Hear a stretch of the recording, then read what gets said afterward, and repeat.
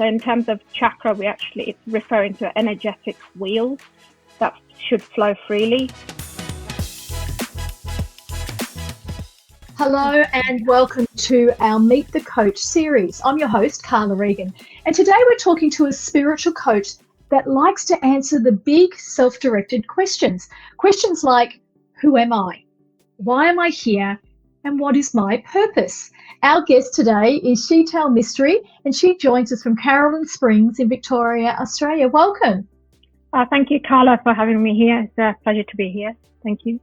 It's our pleasure. And our topic today is all about chakras and how to heal and how to balance them. Now, for those of you that are following our podcast, if you're hearing about chakras for the first time or you'd like to learn more about them, then you're listening to the right episode. So let me start by asking Sheetal, what are chakras?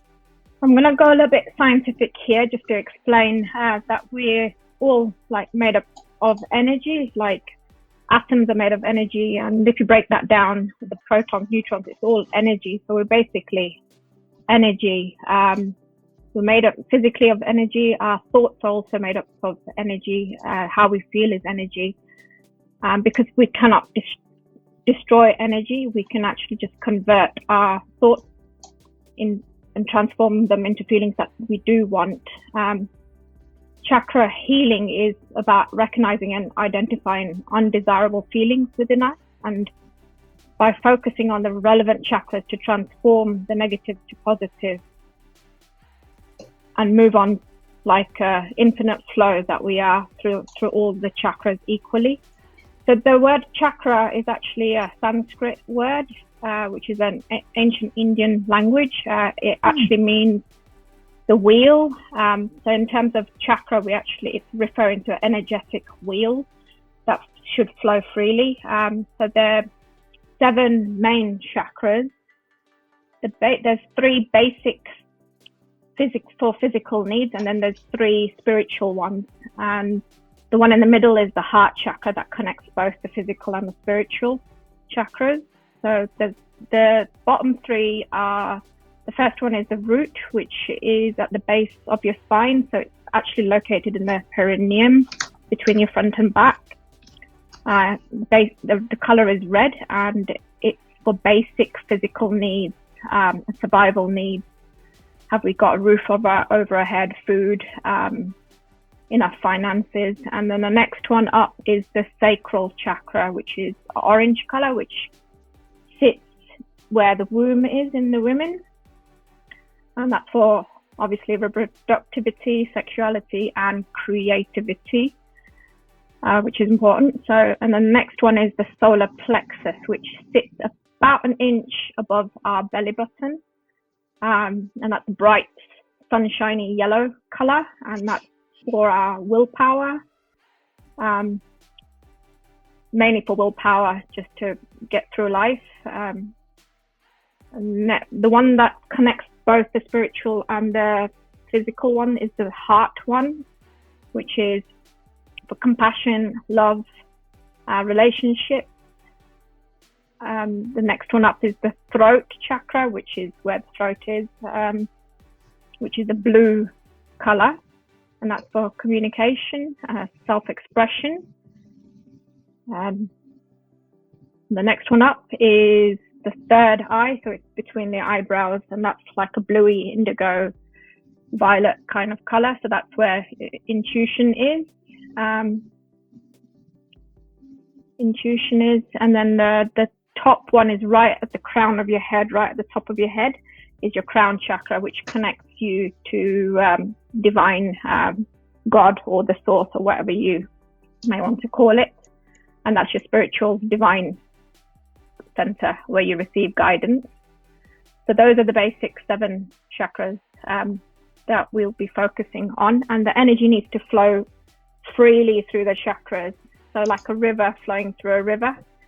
And if there's any big boulders that blocks the flow, the areas can become stagnant or complete blockages where the river just completely stops flowing, and it becomes stagnant and just life just stops flowing, and life around the river stops flowing, and inside the river stops flowing. So we've got, I'm just writing it down, we've got 7 chakras, and the importance is, having flow, obviously. So you guide people, Sheetal, on how to heal and balance their chakras. So I guess my question is, why is that important, and how would somebody know that their chakras aren't balanced? There's a number of different symptoms you can feel, but depending on which chakra is unbalanced. So I'll give myself as an example. For me, my heart was really blocked up, and I didn't realize, and I had really severe palpitations and anxiety, and I didn't realize it was coming from the heart, but I just focused on my heart beating away, meditated on my heart beating away. And then one day I just cleared what I needed to, and I gained instant clarity on why things happened, why am I here, who am I? I'm still working on who am I. That's like a very deep level that you need to go. But I just gained instant clarity of why things happen, and I cleared up the blockage, and I released the palpitations. I didn't get the palpitations. I didn't get the anxiety, and my depression also cleared.